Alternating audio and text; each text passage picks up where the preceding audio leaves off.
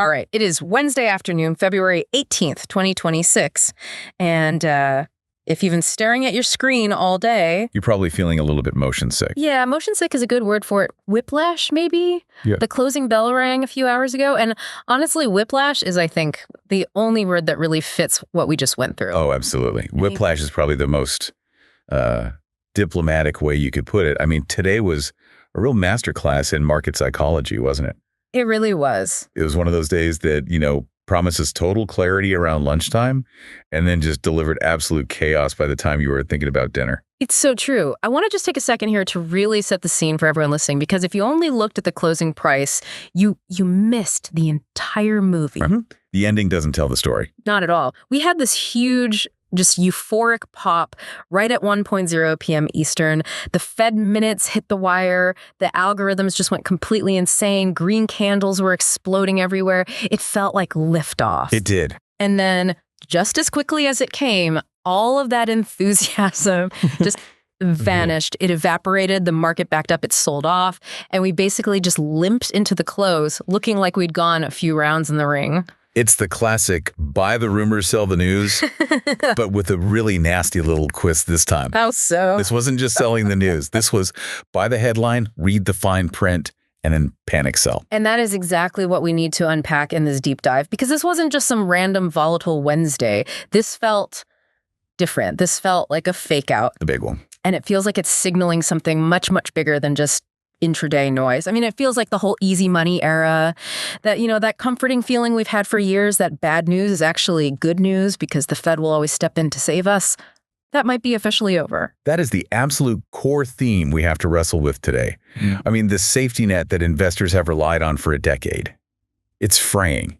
You can see the threads snapping. Yeah. And because that net is ripping apart, we're seeing this frantic rotation into safety that looks completely different than anything we saw a year ago. It's not what you think. It's not bonds. It's not bonds, and it's definitely not the frantic high-growth tech stocks of 2025. It's something else entirely. So we have a really packed roadmap for this deep dive. We're going to break this all down into 4 key pillars. First, we got to dissect that fake out. We are going to read the bearish fine print in those Fed minutes that absolutely murdered the afternoon rally. We have to. The devil is always in the details, or in this case, I think the devil was in the dissent among the Fed members. Ooh, okay. Then we're going to pivot to what I think is the weirdest, but maybe the most fascinating chart of the week. Apple. Why is Apple suddenly acting like a defensive bunker? Yeah. Like a boring utility stock? Right. While the rest of the tech sector is trapped in what some analysts are now calling an AI doom loop. The decoupling there it's historic. We really haven't seen numbers like this since 2006. It's that significant. Wow. Then pillar 3, we're zooming way out. The U.S. stock market is off to its worst start versus the rest of the global market since 1995. 1995. We need to talk about why the world is suddenly beating Wall Street at its own game. It's been a long time. It's a massive reality check on valuations. That U.S. premium that we've all taken for granted for so long, it's eroding. And it is eroding fast. And finally, we're going to follow the money. We're following it into the real world. We're talking energy, we're talking geopolitics, and a massive $36 billion deal between Japan and the U.S. that signals exactly where the smart money is actually placing its bets for the next decade. It's the great rotation. It's a move away from digital promises and back toward physical assets. You could say it's a flight from bits to atoms. I like that. Okay, so let's start at the scene of the crime. It's 1:00 p.m. Eastern. The Federal Reserve releases the minutes from its January meeting. Walk me through the mechanics of this. How did this fake out actually happen? Why did the market spike so violently if the news was actually, pretty bad? To really get this, you have to understand the fundamental difference between how a machine reads the news and how a human reads the news. They're 2 totally different processes. Okay. So at 1:00 p.m. on the dot, the minutes hit the Bloomberg terminals, the news wires. Now, before a human trader can even process the first word, the algorithms, the high-frequency trading bots, they scrape that entire text. And they're not reading for comprehension, are they? They're just pattern matching. Exactly. They're not looking for nuance or context. They have a dictionary. Dictionary of good words and bad words, dovish and hawkish keywords. So what did they see? The headline flashes across the screen. Several officials anticipate further interest rate cuts if inflation drops. The bots see interest rate cuts. They see anticipate. They see appropriate. That's all they need. Boom. and boom, within milliseconds, they trigger just a tidal wave of buy orders. That is why you saw that immediate, perfectly vertical spike in the S&P 500 and the Nasdaq. For a few minutes there, it looked like the all-clear signal we've all been desperately waiting for. It looked like the easing cycle was back on, the party was starting again, but then the humans put on their reading glasses. Humans finally caught up. They sat down with the full PDF document. They scrolled past the headline, and they started reading the actual paragraphs, the context. And as they did, you could just feel the mood sour across the entire market almost instantly. Oh, yeah. Because once you get past that first, very optimistic sentence, you just hit a brick wall of worry. I have the document right here in our notes, and there is one specific line that seems to be the murder weapon. It says, and I'm quoting, "Risks of inflation running persistently above 2% are meaningful." That is the kill shot right there. Okay, but is it really that bad? I mean, honestly, meaningful risk sounds like standard corporate boilerplate. It sounds like something a lawyer tells you to stick in at the end just to cover your bases. And in normal, everyday English, you'd be 100% right. It sounds vague. But we have to remember, we're translating Fed speak.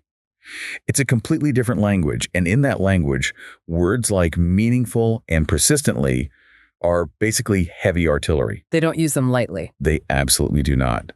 When the Federal Reserve, an institution known for its bland and cautious language, says a risk is meaningful, they are signaling to you that this is a primary driver of their decision-making.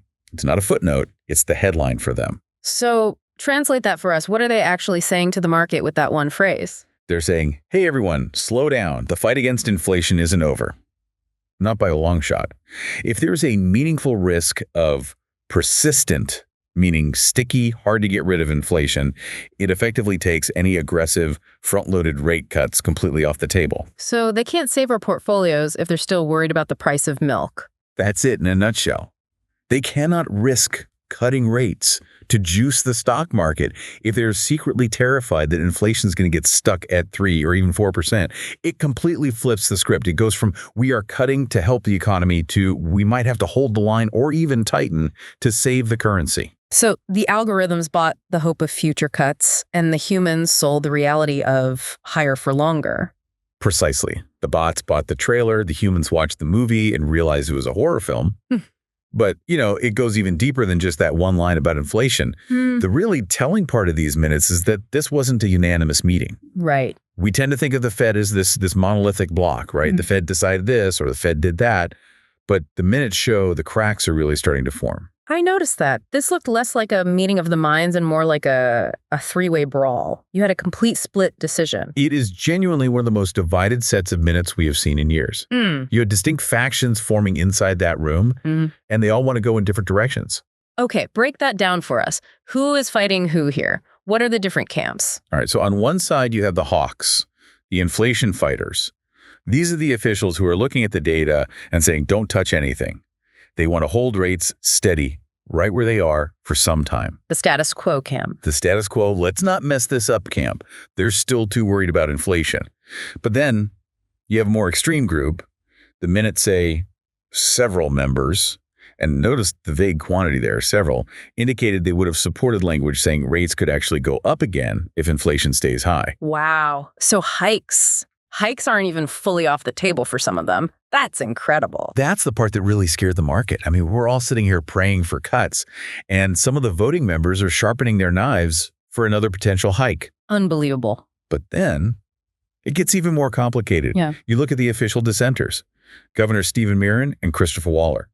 They actually voted against the decision to hold steady. And they wanted to hike. No, the complete opposite. Yeah. They wanted to cut. They actually preferred another quarter-point cut right now at that meeting. They're on the other side of the fence, arguing that policy is already too tight and it's going to strangle the economy if they don't ease up. Okay, so let me get this straight. You have one group that wants to hike rates, another group that wants to hold rates steady, and a third group that wants to cut rates immediately. All in the same room, making the same decision. The result of that isn't a strategy, that's just paralysis. That is the perfect word for it. Yeah. The result is total uncertainty. And if there's one thing the stock market hates more than bad news, it is uncertainty. Yeah. When you have governors officially dissenting because they think policy is too tight, while at the same time other officials are whispering that it might need to get even tighter, it tells investors one thing.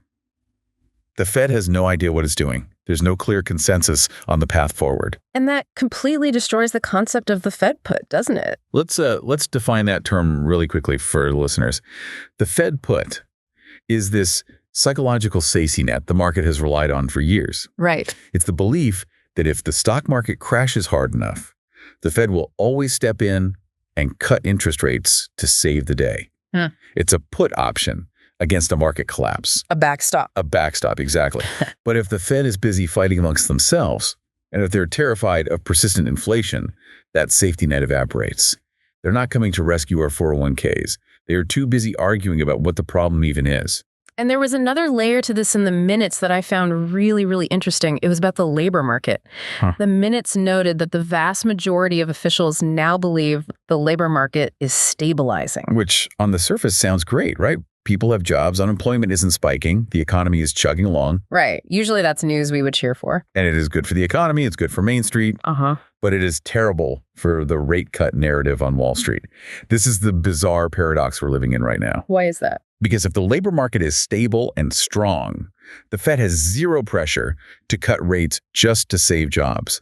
You have to remember their dual mandate: stable prices and maximum employment. Okay. Well, if employment is fine, if it's maximum, they can check that box, and that allows them to focus 100% of their energy and political capital on the other mandate, fighting inflation. So the whole bad news is good news trade is dead because the economic news is actually good. In a really twisted way, yes. Yeah. A stable labor market gives the Fed the green light to be hawkish. It gives them permission to keep rates high, to hold the line, to make sure inflation is dead and buried. And that is absolutely not what the Nasdaq wanted to hear at 1-2000 p.m. Which, I mean, that leads us perfectly into the second pillar of this deep dive. If the Fed is paralyzed, the Nasdaq is throwing a tantrum, where on earth do you hide your money right now? And this is where things get really weird. Because usually the playbook is simple. The Fed gets hawkish, you buy bonds. Or you buy boring utility stocks. Or maybe you buy consumer staples, the companies that sell toothpaste and toilet paper. The defensive stuff. The boring defensive stuff. But right now, the answer seems to be you buy Apple. This is so fascinating to me. We have a source here titled Apple Decouples from Nasdaq. And the data in it it's pretty wild. It says Apple's 40-day correlation to the Nasdaq 100 has tumbled all the way down to 0.21. I really want to make sure everyone listening grasps how bizarre that number is. Yeah. To put that in perspective for you, a correlation of 1.0 means two things move in perfect lockstep. They're like synchronized swimmers. Right. If the Nasdaq steps left, Apple steps left. If the Nasdaq goes up 1%, Apple goes up 1%. Correlation of 0 means there's no relationship at all. They're total strangers. And 0.21 is getting pretty close to 0. Yeah. Especially when you're talking about the biggest component of the index itself. Exactly. And typically, big tech moves together as a pack. They're all in the same bucket, right? The market buys them together and sells them together. Historically, yes. In fact, this source says back in May, that same correlation number was 0.92. 0.92. They were basically the same trade. They were moving almost perfectly in sync. If you own the QQQ, the Nasdaq ETF, you essentially owned Apple, and they did the exact same thing every day. So in May, they were identical twins. And now at 0.21, they're practically strangers who don't even make eye contact at a party. And aren't even at the same party anymore. Yeah. The Nasdaq could trip and fall down a flight of stairs, and Apple is just sitting on the couch eating popcorn, completely unbothered. Yeah. This is the lowest correlation level we have seen between the two since 2006. 2006. Think about that for a second. That is before the first iPhone was even launched. Before the App Store. Before the iPad. That is how disconnected Apple has become from the rest of its tech peers. It's a fundamental shift. And you can see it clear as day in the performance. For February, Apple is actually up 1.7%. Meanwhile, the Nasdaq 100 is down 3.2%. And what about the Magnificent Seven? The Magnificent Seven Index, which Apple is supposed to be a key member of, is down a whopping 7.2%. It's actually on track for its worst month since March of last year. So Apple is literally the only thing working in big tech right now. So the big question is, why? Is just because they released that new headset? Or is there a deeper, more structural reason for this historic decoupling? It's actually about what they didn't do over the last year. That's the key. We are stuck in this market environment that Art Hogan, he's a chief strategist at B. Riley Wealth, he calls it AI whack-a-mole. I love that image, AI whack-a-mole. It feels so appropriate for this market. It's perfect, isn't it? Because investors are just terrified. One day they're frantically hitting the buy button on anything with AI in its name because of FOMO, fear of missing out. Sure. And the next day they're panicking and selling those same stocks because of a new fear. The fear that all of this money being poured into AI just won't pay off.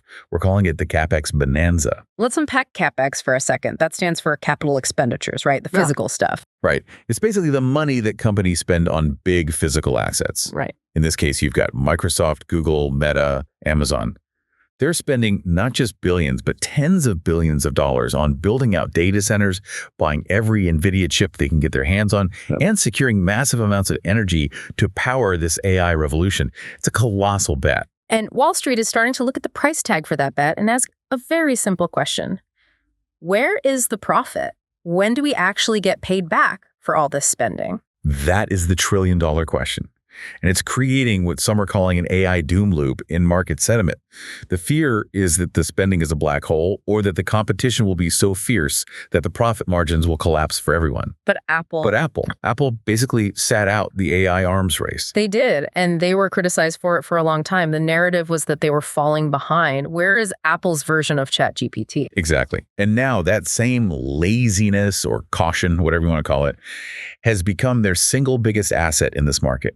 They aren't the ones spending $50 billion on unproven AI infrastructure. And their business model isn't as threatened by it either. That's the other side of the coin. Their core business selling premium hardware and services to a very loyal consumer base isn't seen as being at risk from things like Anthropic's Claude or ChatGPT in the same way that, say, Google Search or Microsoft's enterprise software is. So because they're seen as boring relative to the AI race, they've become safe. They have become the bunker. When the Fed spooks the market with meaningful inflation risks and the rest of the tech sector is swinging wildly because of AI panic, you park your money in Apple. It's effectively acting like a defensive utility stock.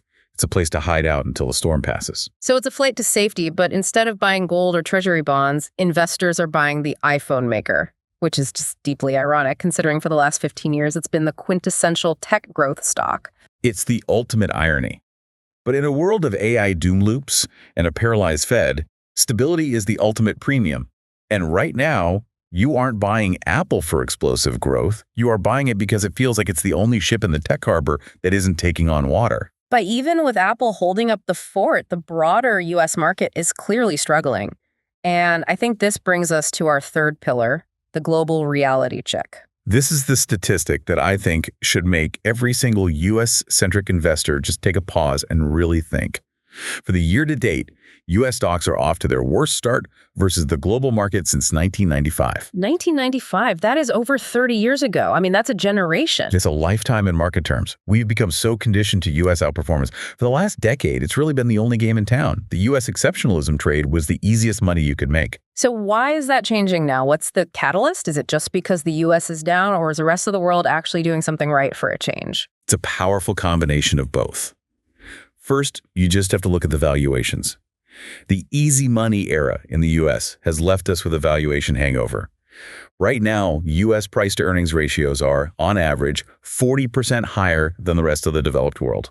40%. Let's just sit with that number. That is a massive premium. That's like buying a house in one neighborhood for $1.4 million when a nearly identical house in the next town over is selling for $1 million. That's a perfect analogy. And you can justify paying that premium when the expensive neighborhood is booming, right? When U.S. corporate earnings are exploding and the rest of the world is stagnant. But that's just not the picture anymore. Things are changing. Growth abroad is stabilizing, even accelerating in some places. Emerging markets are rebounding. Europe is holding up better than expected. Meanwhile, the U.S. is the one struggling with this high valuation hangover and a confused central bank. And on top of that, we have this incredible concentration problem here in the U.S., right? The COP10 issue. It's unprecedented. It's truly a market of stocks, not a stock market. If you take the Magnificent Seven and you add Broadcom, Eli Lilly, and Visa, Those 10 companies now account for 40% of the entire S&P 500's market cap. 40% of the whole index. Just 10 companies? I mean, that feels incredibly fragile. It is fragile. It's a beautiful, expensive table that is being held up by just one or two legs. So when you have an AI doom loop hitting the biggest names in the tech sector, it doesn't just hurt tech investors, it drags the whole U.S. index down with it. Whereas the rest of the world is more diversified. Much more. Their indexes aren't as top-heavy with a handful of AI-related tech stocks. Europe is full of banks, industrials, luxury goods. Japan has robotics, automakers, consumer electronics. So when that single AI narrative wobbles, the global ex-US markets look much more stable by comparison. The source material mentions that global investors are repricing the US dollar and the equity risk premium. Victor Schvetz from Macquarie apparently called the shift brutal. It is brutal for anyone who's been blindly long the S&P 500. The equity risk premium is just a fancy way of asking a simple question. Am I getting paid enough extra return to take on the risk of owning stocks instead of just sitting in safe government bonds?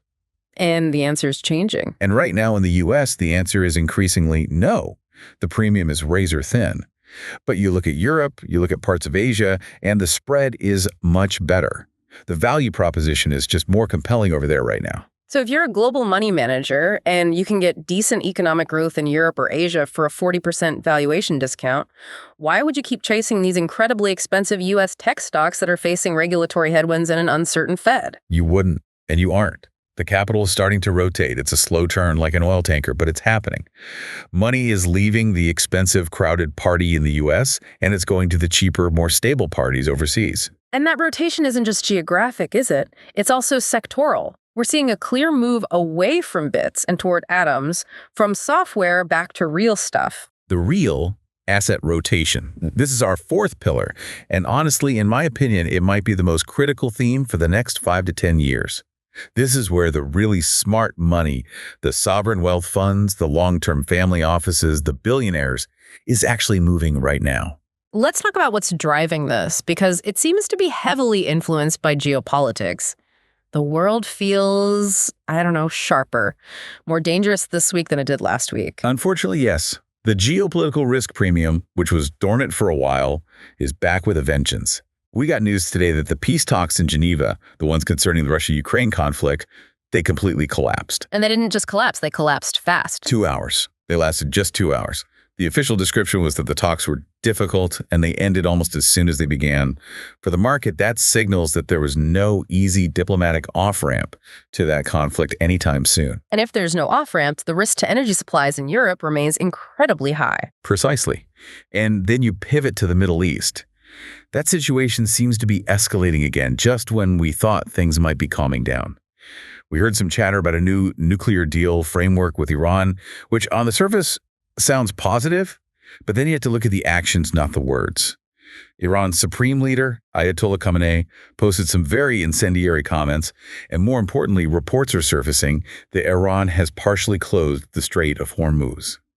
I want to pause on the Strait of Hormuz. We hear that name thrown around a lot in the news, but can you just remind everyone why it's considered the jugular of the global economy? It's all about the sheer volume of oil that passes through it.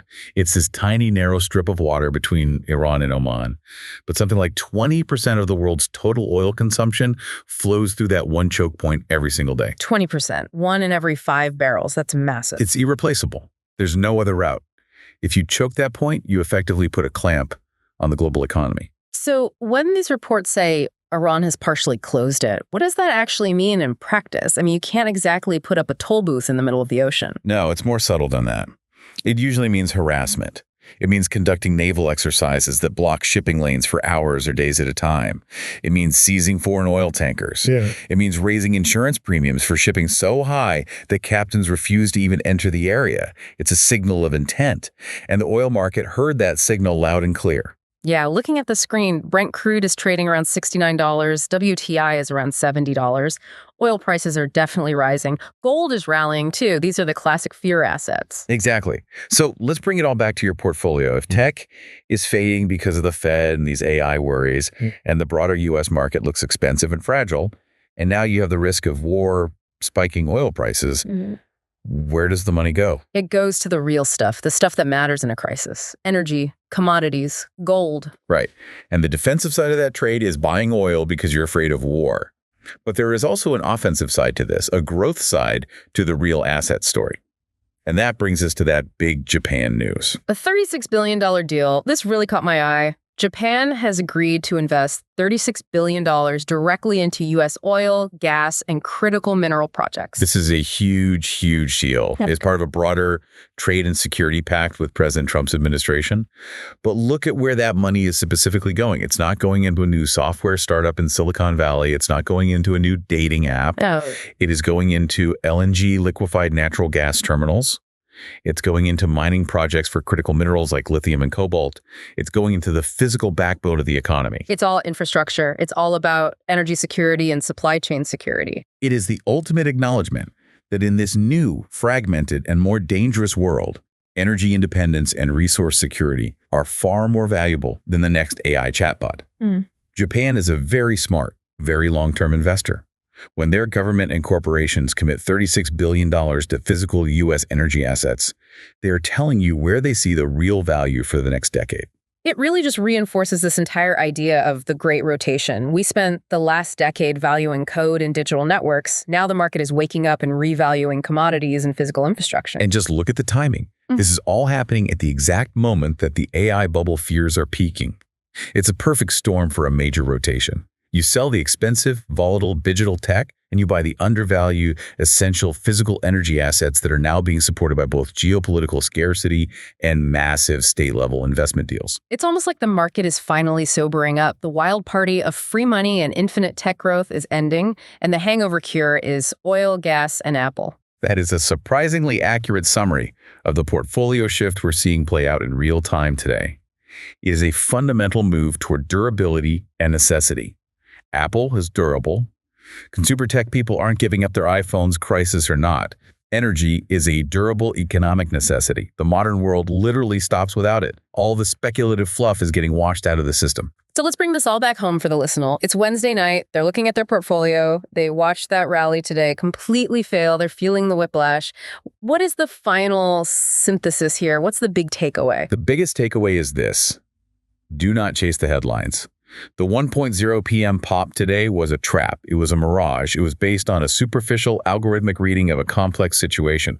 The deeper reality is that the Fed is split, it's paralyzed, and it's deeply cautious. They are not dovish. And because of that, the old safety trade playbook has been thrown out the window. Completely. It has been drastically rewritten. It's not about just blindly buying tech anymore. It's about buying uncorrelated quality, like what we're seeing in Apple. Or it's about having the courage to leave the U.S. tech bubble entirely and look at global markets where valuations actually make sense. Right. Or it's about buying real assets like energy that not only have a strong fundamental story, but also act as a hedge against the geopolitical chaos we're seeing boil over in places like the Strait of Hormuz. It really feels like the market is shifting into a defensive crouch. It is. The market is telling you to protect your capital. The easy mode that we've been playing on for a decade, where you just bought the index and waited for the Fed to print money, that game is paused, and it might just be over. Okay, before we sign off, I want to leave everyone with a final provocative thought to chew on. We talked a lot about Apple being the new safety trade, the new utility stock. The bunker. So here's the question. If Apple is being bought primarily because it's safe and because it's not participating in the great AI spending race, what does that imply about the future growth of the iPhone? Are investors buying it because it's still a dynamic, growing company? Or are they buying it simply because it's the only thing that isn't crashing? Because that feels like a very, very different investment thesis than the one we've all had for the last decade. That is the multi-trillion-dollar question, isn't it? If safety becomes its only appeal, then future growth might be the casualty. You might just be buying a very expensive bond that's wrapped in a nice iPhone case. Something to think about. And one more, on the Fed side. If the vast majority of officials now see the labor market as stable and healthy, does that mean the Fed put that psychological safety net we've all relied on for so long is now effectively gone? If they don't feel the need to step in to save jobs, they certainly don't feel the need to step in and save your stock portfolio. That is a very sobering thought to end a Wednesday on. But I think it's the new reality that we all have to trade in. Indeed. We will be watching very closely to see if this rotation holds or if the algorithms try to fake us out all over again tomorrow. Until next time, keep digging deep. Stay curious.